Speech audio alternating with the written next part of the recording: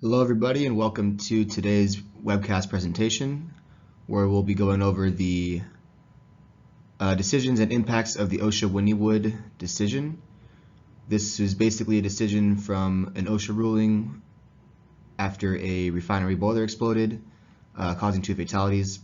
That led to kind of a reassessment of what is considered within the scope of PSM applicability, especially for complex chemical plants such as a refinery where they kind of have a lot of interconnecting units and processes, and a lot of it can also get kind of nuanced or bogged down or in gray areas for determining what is exactly PSM covered and what is not.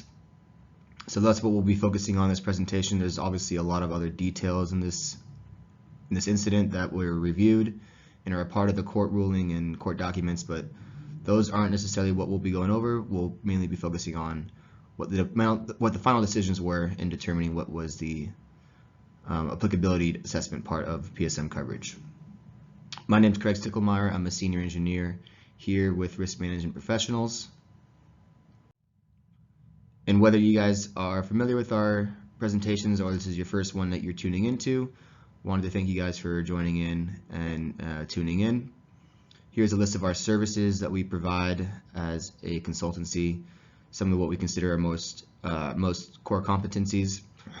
Whether you're new here or you've been with us for a few other presentations, I encourage you guys to visit our websites to get some more information on exactly the kind of services we provide and some of the examples that we provide to our clients. So as I mentioned before, what we'll go through in this presentation, we'll start off with an incident background, kind of some key details about what exactly went wrong and what is important with the incident, and kind of stemming forward about how we're going to look at our OSHA decisions and appealing decisions. That's the second bullet point there. Basically, there was an initial OSHA ruling based on the initial incident ruling, and then the Wynnewood refinery appealed that decision, and the U.S. Court of Appeals upheld the OSHA Wynnewood initial ruling. So we'll go over kind of both of those determinations, and of course, what's this going to mean for your facility? So based on how OSHA ruled and how the Court of Appeals ruled, how is this going to affect how you guys should be thinking about what is PSM covered in your chemical plant? So in terms of some background, the initial incident occurred on September 28, 2012, and it was due to a boiler explosion due to an accumulation of uncombusted hydrocarbons in the boiler firebox. Some key details here were that one, the refinery was in turnaround, so they needed to generate some steam to purge some highly hazardous chemicals from various lines and equipment. So the boiler wasn't necessarily connected to the FCC or alky units, which normally it is when the refinery is up and running. This time the refinery was in turnaround, so they started the boiler on natural gas as the fuel gas. But the Wicks boiler was known as the workhorse of the plant for steam. It was one of 4 boilers that provided steam to the 225-pound steam header. And like I said before, at the time that the explosion occurred, the boiler was running on natural gas as a primary source of fuel, but normally when the refinery is up and running at capacity, it is refinery fuel gas from the FCC where it's connected to.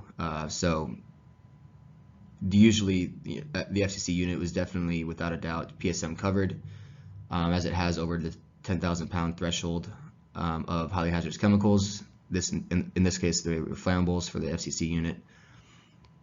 And so I won't go into detail about explaining the progression of events or the root cause that led to the accumulation of flammables, of uncombusted flammables in the firebox. All those details are summarized in the references that I'll cite at the end of the presentation. What's really important here are the decisions that were made by OSHA and the Court of Appeals, which we will get to in the next slide. In terms of what is exactly the definition of a process by the OSHA regulations, you'll find in 29 CFR 1910.119, you'll see what they define as a process. What's the most important part here is basically the second sentence of this definition, where it talks about any group of vessels that are interconnected or separate vessels which are located such that a highly hazardous chemical could be involved in a potential release, that's all going to be considered a single process that is essentially PSM covered. And so again, that second sentence you'll see going forward is what was the important part for how OSHA and the Court of Appeals made their decisions.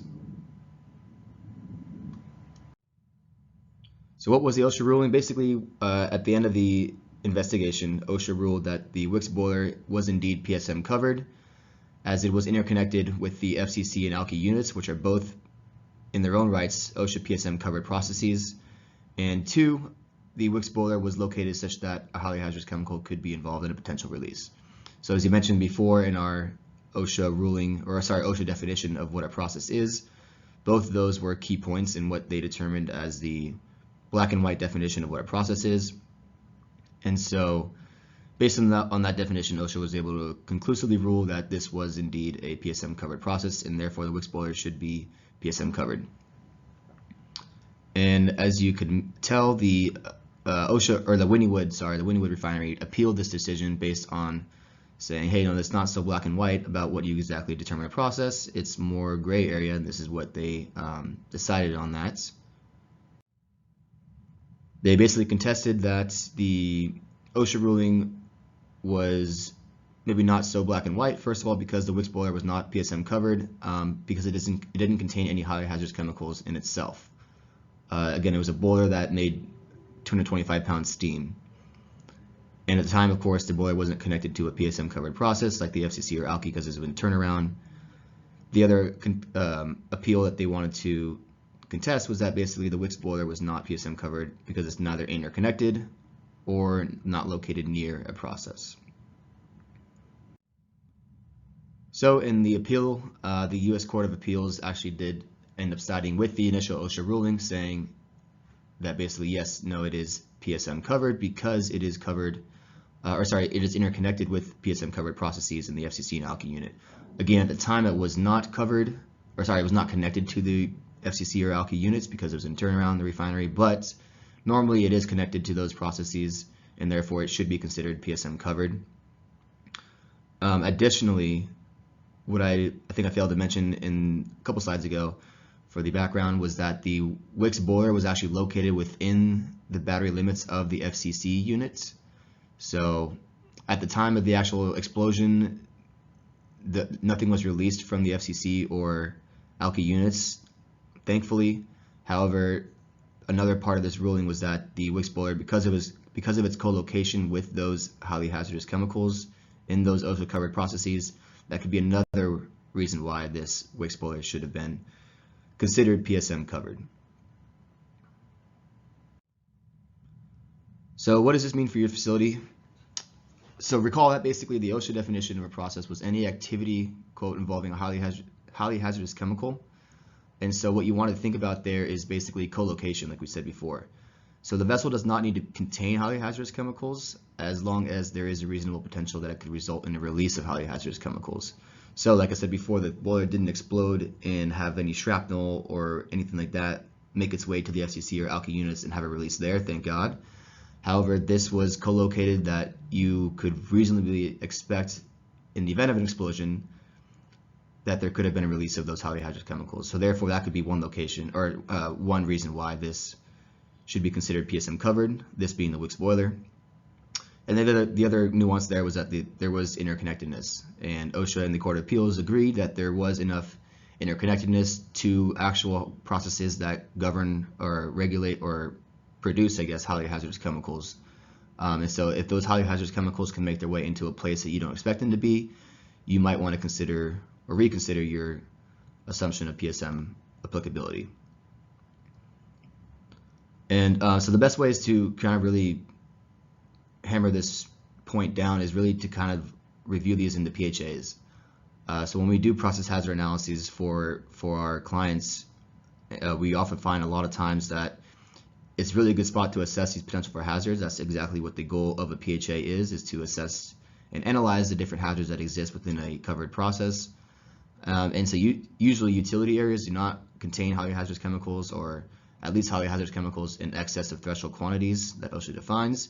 But you still want to ask yourself in these PHAs, one, is there credible potential that they could contain highly hazardous chemicals if something goes wrong? So can these utilities, lines, or areas end up receiving or having some sort of misdirected flow, for example, or something like that?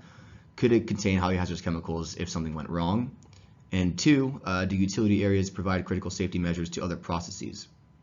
So one thing I also forgot to mention before was that the 225-pound steam header, which the Wix boiler produced steam into, that steam header provided emergency steam to the riser in the FCC and was basically used to purge low-lying gases in the firebox of the alky-fired heater. So in terms of actually being interconnected, that's another way that was exemplified, is that this steam provided actual critical safety measures for those FCC and alky units, which again are no doubt PSM covered. So basically, at the end of the day, PHAs are the best place to kind of analyze these hazards and make sure you can cover these and assess and make sure you have the right controls in place for the hazards that might exist, even if typically under normal conditions you don't have any hazards because it's a utility area or whatever. The PHAs are where you kind of look at things, how can things go wrong, and if they do, how bad will it be? And so if you can get highly hazardous chemicals in these utilities lines because they're sufficiently interconnected or co-located to areas that are PSM covered, then you should consider extending that PSM applicability to those utilities areas. And again, it's always hard to kind of pin this down into black and white and exactly where does that interconnectedness start or stop between actual PSM covered processes and processes that may not be PSM covered. It's also hard to think about because obviously usually we're not thinking about utility areas being or containing hazardous materials, but just because it doesn't have any hazardous materials does not mean that it may not have a hazardous effect elsewhere. So that's really what you kind of want to, at the end of the day, bring to the table, and especially during a PHA team, bring to that table and make sure you guys are evaluating that in an effective manner, essentially.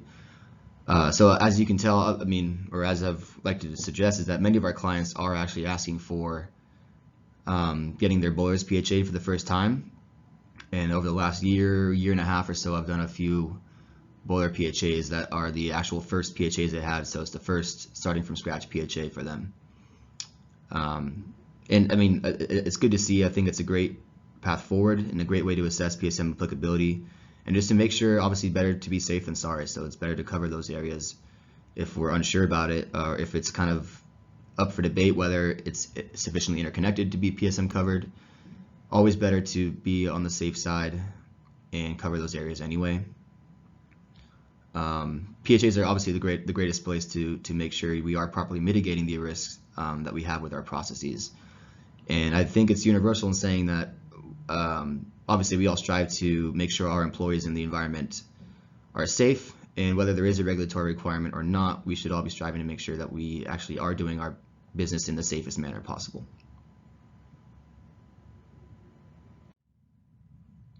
So here are the two main references that at least I referenced in making this presentation, and then I would highly recommend you guys check out if you want more information. The first reference is the actual initial ruling from OSHA after their investigation, and the court documents actually go into good detail about what exactly went wrong to cause the incident in the first place. That's something I kind of glossed over, but equally as important, obviously. So I really highly recommend you look at that citation just to make sure that you guys are aware of the incident and how it went wrong in the first place. And then the second citation there is basically the court documents from the Court of Appeals, where they basically affirmed the initial ruling and went into more detail about exactly why this was determined to be PSM covered. And if there are any questions, I want to make sure that we can answer them. So if you guys do have any questions, this is a pre-recorded webcast, but if you guys have any questions, please feel free to reach out to me at my email below.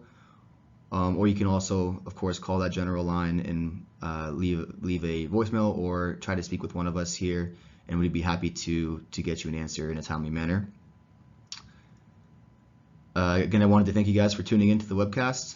I hope this was some valuable information for all of you.